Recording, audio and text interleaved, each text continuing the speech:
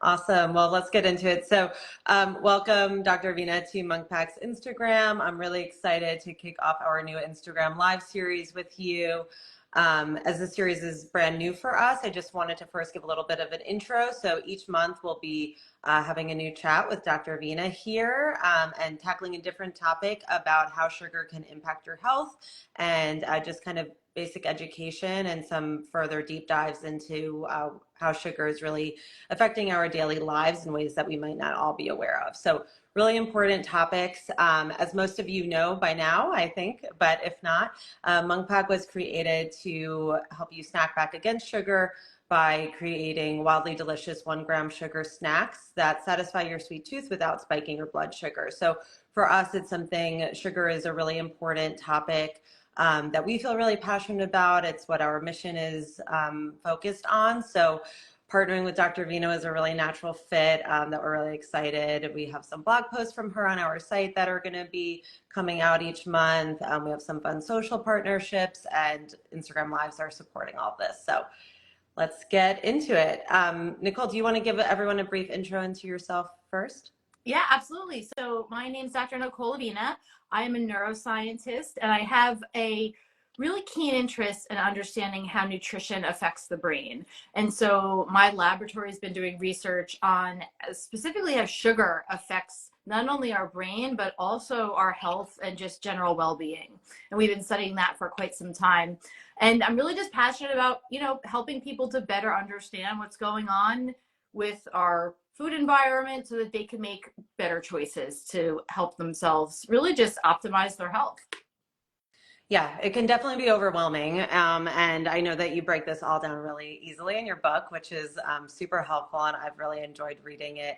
And tonight specifically, we're going to be focusing on added sugar and how that could impact your health. So if anyone has any questions throughout the conversation, feel free to leave them in the comments and we'll try to get to them at the end. If not, we'll be continuing this partnership with Dr. Avena so we could either answer them in recaps of the Instagram Live or in future talks or in other posts that go up. So definitely feel free to share as this all goes on, or even after the talk if anything comes up that you're curious about and want to learn more about. We're really excited for that kind of feedback so that we can make sure that we're giving you the information that you really value and need. So like I said, first we're focusing on added sugar. So Dr. Avena, where do you really see added sugar impacting and impairing in the American diet right now? Well, I think if we take a look at the food landscape, you pretty much see added sugar everywhere. We have a lot of highly processed foods that have basically kind of taken over in terms of what's available. And I think a lot of them really are loaded with added sugar. And I think that's really the biggest problem. Also, beverages. I talk a lot about how beverages are really sneaky because they have added sugar in many cases, and you don't ever really get full from them, right? So think about drinking a smoothie or even drinking a can of soda. Even though it could be several hundred calories, you're not going to feel satiated and full just because that's how beverages work. And so I really think that the beverages and the highly processed foods has, kind of put everyone in this position where you really do need to be mindful about what you're eating, because if you're trying to limit your sugar, odds are that it's finding its way into lots of these different foods that are out there. Yeah, that's a really good point. And I feel like the drinks you kind of just, eat with a meal a lot of the time. So it's like that's kind of a double whammy, a lot of that you're just not even really consciously aware of. So really good point. And when you're thinking about reducing sugar, as people just trying to take steps towards that, where would you say that, like on average, what people are consuming compared to what the guidelines are and how that compares? Yeah. So we didn't actually even have guidelines about how much sugar we should be eating until 2015. Oh, wow. When those guidelines came out, it was recommended, and this is kind of standard across a variety of different medical and health organizations out there, that we have between 6 to 9 teaspoons of added sugar each day. That's a sort of the recommended max. But when you take a look at the data, it's typically that we're having 2 to 3 times more than that, right?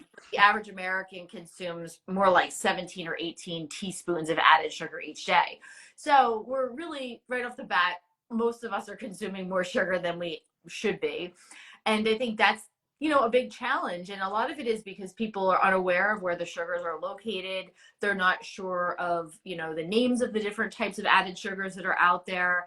And so really being mindful about the labels and paying attention to the ingredients list, I think is really critical. And knowing what's in your ingredients list, I think is even more critical.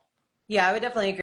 I think also as the new guidelines came out about adding added sugar within the nutrition fact panel, I know that's been kind of a game changer for a lot of people, because really being able to spell that out and being able to see that clearly when you're looking at foods and what to purchase. I think sometimes it can get hard when there's like long ingredient lists, or you're not familiar with all the words, and I'm just trying to break that down. I'm sure you're also really happy about that, addition to the nutrition panel. Just also what you were saying with like the added sugars in the ingredient list, where are you, besides seeing sugar, what else would you say that people have to look out for? Well, I think it's important to really look at the different names for added sugar that are out there. So there's the things that we typically know of, like sugar, but then there's things like corn syrup solids or high fructose corn syrup, or even like fruit juice concentrate or agave nectar, things that sound healthy, but they really are just added sugar packaged in a slightly different name. Right. So it's good to kind of keep an eye out for those types of words. And also, like you said, the addition of the labeling requirement now that companies have, where they have to say how many grams and the percentage of daily recommended value for added sugar as a separate line item, that has been a game changer, because now you don't have to be a registered dietitian or nutrition expert to be able to decipher the labels. That little bit of extra info, I think, has helped a lot of people to understand whether or not the product has a ton of added sugar in it or not. Yeah. Yeah, definitely. I know for me personally, it's been like a wake up call, kind of seeing that on some of your favorite products. It's like, oh, wow, well, that's why I don't feel great, an hour Yeah. after eating this or drinking this. Cool. And really, for any added sugar, how do you really see that impact health? Like, what different ways is that appearing? Well, I think that for the longest time when people had concerns about added sugar, it was about it potentially contributing to excess body fat and causing people to gain weight, which can then lead to these other comorbid health concerns. And that's still obviously an issue, but we've been learning so much more about the research in terms of what added sugar can do, not only to our physical health, but our mental health as well. And there's lots of studies that have been coming out that are linking sugar intake to, lots of these different chronic health conditions that people can develop that, require them to have physical limitations. But we also are now seeing that sugar can have a significant impact on our mood and how we feel just psychologically. And I think anyone who's ever, played around with their diet and maybe, decided to take a lot of the sugar out and gone through that phase, you really do feel different in terms of even in your moods. And so I think that's a big one that we're, starting to see more and more people take interest in, because with the uproot in looking at mental health and considering, mental wellness and physical wellness as kind of going hand in hand, we're seeing more on that. Yeah, that's really interesting. And I would agree that that feels like something that's newer within just the conversation around sugar, and, that it's not just from a weight perspective, but also like what that means for your health. And yeah, that's really interesting. How else besides on the mental aspect are you seeing sugar impact our health? Well, certainly cardiovascular disease is another one that has come up fairly recently. It used to be the case that, back in the 1990s, everybody was really fearful of eating fat in their diet because been a lot of information that was being disseminated that was telling us that too much added fats or certain types of fats in our diet can be associated with cardiovascular disease. And certainly there's some truth to that. But we now know that it can happen with sugar too. And so having too much added sugar in your diet is certainly, one of the contributing factors to the development of cardiovascular disease. There was actually a study that I often cite that came out of Harvard a few years back. It was a clinical study that showed that sugar sweetened beverages and added sugars in particular over time significantly contributed to increased mortality due to cardiovascular disease. Oh, wow. This direct link that we've been able to see through empirical studies as well. Yeah, it's great that there's more research behind this. And I think for a lot of this, like this is why we're so excited about these talks, is because there is so much to parse through and like where to really find out the, you know, the studies to reference and what's happening and like where the true sources of truth are. So, you know, I know that you've cited so much of this and been directly involved in the work. So really exciting to get your perspective on that. And thanks, everyone. I know there's a lot of new people joining. Just as a reminder, we're chatting with Dr. Avena, who's done extensive research on sugar. And tonight we're talking about added sugar specifically. But if you guys have any questions about added sugar, regular sugar, you know, anything related to sugar, health, food addiction, things like that, just feel free to leave them in the comments or send them via DM after the talk, and we're happy to address them going forward. I know within your blog post recently that you covered this for us, you were also talking about added sugar and the impact to diabetes. Can you talk a little bit more about that and if it's different in any sense for people that have type 1 versus type 2? Yeah, absolutely. So, you know, type 1 and type 2 diabetes are two very different conditions. And anyone who struggles with either of them can certainly attest to that. And one of the things that we know when it comes to added sugar is that for people who have, you know, type 1 diabetes in particular, that, you know, they're trying to figure out ways in which they can avoid having these, you know, spikes in their blood sugar levels, blood glucose Mm-hmm. levels. That's why allulose is actually a very interesting ingredient, because for individuals who have type 1 diabetes, they often will find that allulose can be very beneficial because it is not going to have the same impact on your blood sugar levels. And, you know, it's something that, you know, for the longest time, people in the type 1 community have been very excited about because it's a sweetener that they essentially can enjoy.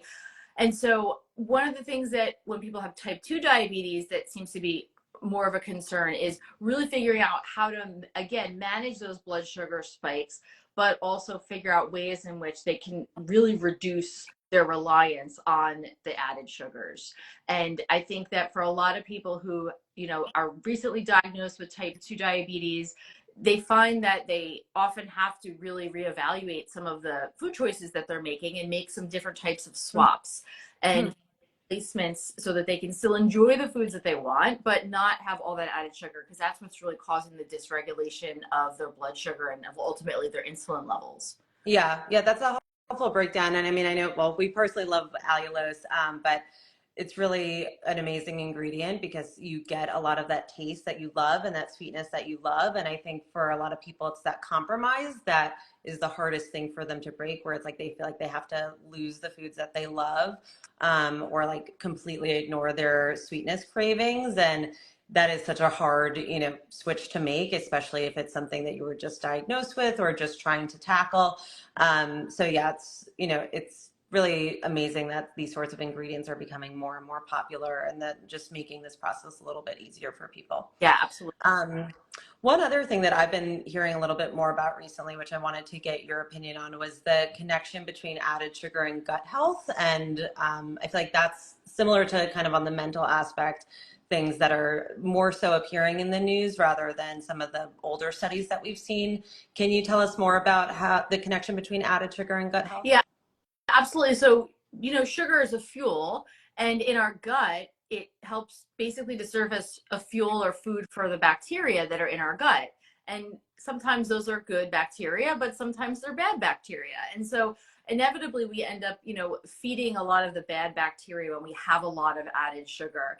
And that can lead to inflammation, that can lead to, you know, discomfort, abdominal discomfort, GI distress, a whole host of different types of, you know, symptoms that people often aren't able to necessarily figure out is actually linked back to their gut health. Mm-hmm. Like you just mentioned too, I mean, we're learning so much about the relationship between gut health and mental health. And 20 Right. years ago, that would have never been something that people would have Yeah. really thought of. Now, I mean, it's really an emerging area of research, and we're seeing a lot of studies coming out about that. So making sure that, you know, you're feeding those bacteria in your gut the best that you can with, you know, healthy things, lots of fiber, lots of other nutrients from whole foods, That's a really great way to ensure that the whole microbiome is being optimized, and that's going to not only impact, you know, your digestive health, but also your mental health and wellness as well. Yeah. Yeah, that's interesting. Yeah, that's a good point about the gut microbiome and then the mental health kind of tie in and how so much more research is coming out about that. So it makes sense that this added sugar is really coming, impacting both of those. So I think with all of this, what's interesting for me, and I think what a lot of people are struggling with is like with all this data and research behind how added sugar is impacting your health, why is it so hard? You know, it would seem like the next step would be like, okay, I'm just going to stop, eating Yeah. added sugar or, never indulge in sweets. Why is that so hard for us? And where is our craving for sweets really coming from? Well, it's really difficult because we were born to crave sweets. We have this Mhm. innate biological drive to like things that are sweet because our ancestors were hunter and gatherers. We would, you know, find fruits in the forest, and the sweet ones were safe and the sour ones were usually not safe, and so we would avoid those. And even the first thing that we consume as humans when we're first born, breast milk, it tastes sweet. Baby formula now, you know, for babies that are born in modern days, tastes sweet. And so we have this like association between sweetness and safety. Right. And that I think drives us to crave sugar. And we have obviously this rational part of our brain that's supposed to tell us, okay, well, even though we have this biological drive to like things that are sweet, we shouldn't eat a whole gallon of ice cream. But I Easier said mean, than done. it is much easier said than done. And you know, I think in our modern environment, the amount of added sugar is really causing a lot of the problems that people are having. And also, a lot of the research that we've been doing in my lab has been focused on the addiction and Mm. how, you know, sugar can cause changes in the brain that can lead to an addiction to it. It can cause some of the same behaviors as you see with drug and alcohol addiction, brain changes that are similar to what you'd see with addiction to drugs or alcohol can all be seen with added sugar.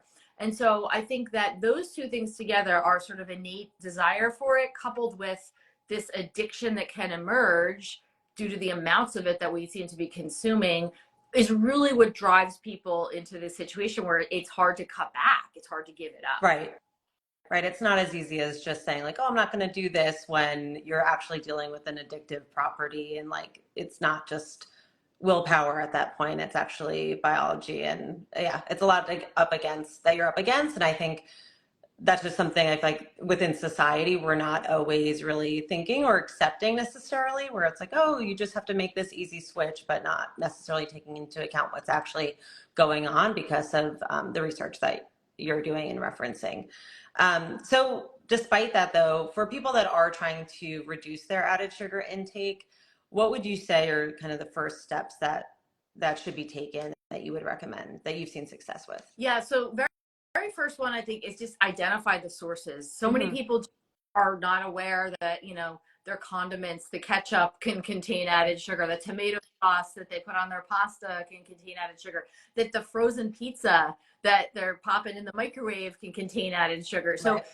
really, I think just looking at what types of food you like to eat and just looking at the labels and seeing which ones have added sugars, which ones don't. And if you know, have something that does have added sugar, try to find a brand that doesn't. And Mm-hmm. really about identifying the sugars. And it's not so you can just cut those foods out of your life, but it's so that you could replace them with healthier alternatives. Yeah. And I think we are fortunate because we have a lot of choices these days when it comes to, you know, our food. And so I think that really is the number one first step, is to just identify it to begin with. Right. No, that makes a lot of sense. And I know we were talking about this earlier, but can you just review again, like what those kind of other sources of added sugar may be? Besides if you're just looking on the label and seeing cane sugar, brown sugar, what else, how else that would be appearing? Yeah, I mean, you know, so in my book Sugarless, I have a chart that lists all of the to date different names of Right. types of added sugars that are allowed, and there's over 250 of Wow. them, believe it or not. It's a A lot. lot to keep track of.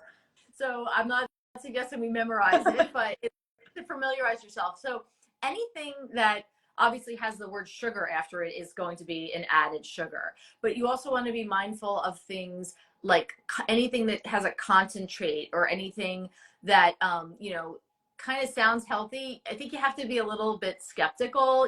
Anything that's like a fruit juice concentrate, or anything that sounds like it is a nectar, that is, Mm, a sign that it's some sort of added sugar. Also, right. be mindful of the organic stuff. Just because something says it's organic, you can have organic brown rice syrup, and Right. that could be, just because it's organic Right. doesn't mean that it's necessarily, not going to contain added sugar. So also be mindful of some of the ingredients that just sound healthier, but they really Yeah. aren't.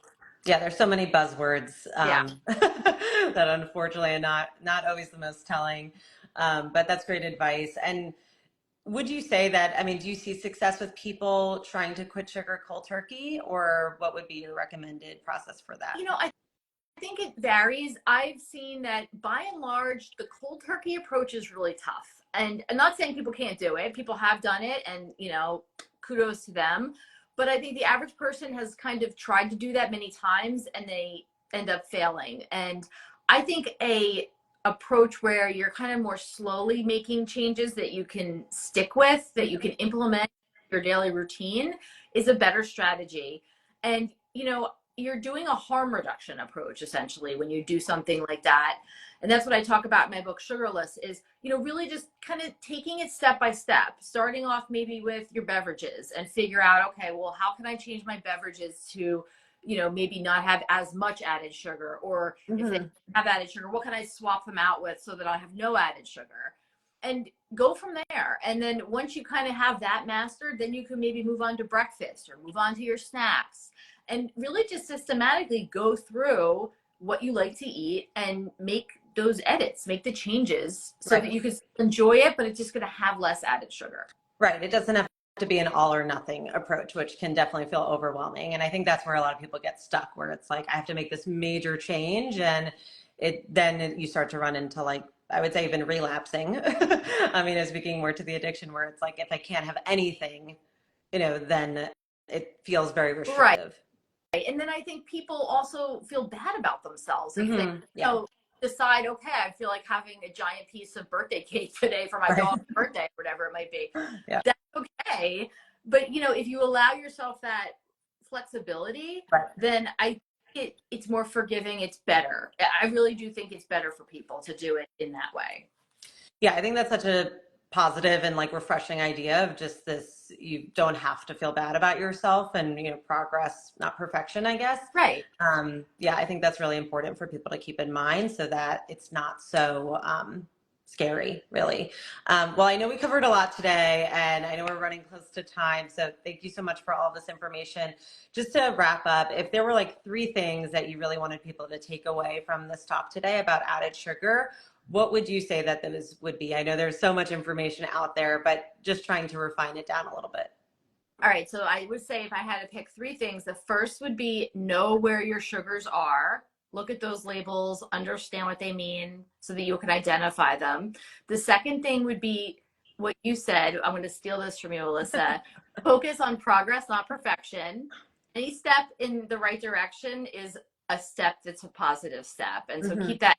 We're trying to just do our best. It doesn't have to be an all or nothing approach.